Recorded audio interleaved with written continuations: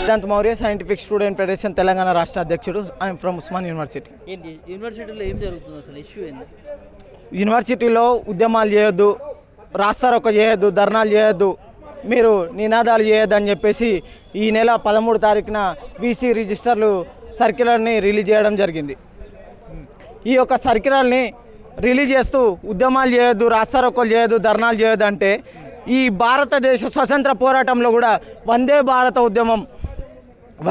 ఉద్యమం, తెలంగాణ తొలిదశ ఉద్యమం, తెలంగాణ మలిదశ ఉద్యమం, రైతాంగ పోరాటాలలో కూడా ఈ తెలంగాణలో ఉన్నటువంటి అన్ని యూనివర్సిటీలు అలాగే ఉస్మాన్ యూనివర్సిటీ కూడా భాగస్వామ్యం ఉంది. ఈ ఒక యూనివర్సిటీలో ఒక భాగస్వామ్యం లేకుండా ఏ పోరాటాలు జరగలేవు. అలాంటి పోరాటాలు చేసినటువంటి ఉస్మాన్ యూనివర్సిటీలో ఉద్యమాలు చేయొద్దు, మీరు రాస్తారోకాలు చేయొద్దు, ధర్నాలు చేయొద్దు అని చెప్పేసి నియంకృత పరిపాలన చేస్తున్నటువంటి వీసీ గారు కానీ ఈ కాంగ్రెస్ ప్రభుత్వం కానీ వెంటనే ఈ యొక్క సర్క్యులర్ని మేము వెనక్కి తీసుకోవాలని చెప్పేసి ఈ ఉస్మాన్ యూనివర్సిటీ ఐక్య విద్యార్థుల సంఘాల మేము దీన్ని వల్ల మీకు కలిగే నష్టం ఏంది బ్రదర్? ప్రభుత్వం ఎక్కడ కూడా శాంతియుతంగా చేసుకోవాలంటుంది కదా, నష్టం ఎందుకు లేదు? ఇప్పుడు యూనివర్సిటీలలో మెస్సులలో బ్లేడ్లు వస్తున్నాయి, బ్లేడ్లు వస్తే అట్లా బ్లేడ్ తినమంటారా? లేదా పురుగులు వస్తున్నాయి అట్లనే పురుగులు తినమంటారా? మేము యూనివర్సిటీలలో ప్రశ్నించే హృదయంగా ఉన్నాం. ప్రపంచంలో ఎక్కడ ఏం జరిగినా యూనివర్సిటీ నుంచి ఒక వాయిస్ ఉంటుంది.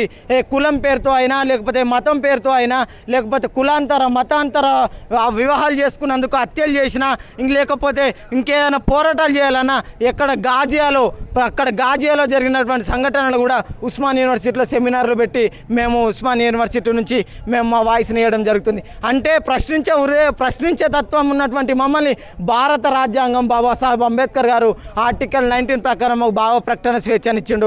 భావ ప్రకటన స్వేచ్ఛతోటే మేము ఎక్కడ అన్యాయం జరిగినా స్పందిస్తున్నాము. మేమేదో మీ ఆస్తులు ఏమని చెప్పట్లేదే, మీ అంతస్తులు ఏమని చెప్పట్లేదే, లేకపోతే మాకేదో మీ ఆస్తులలో ఒక వాటా ఏమని చెప్పట్లేదే.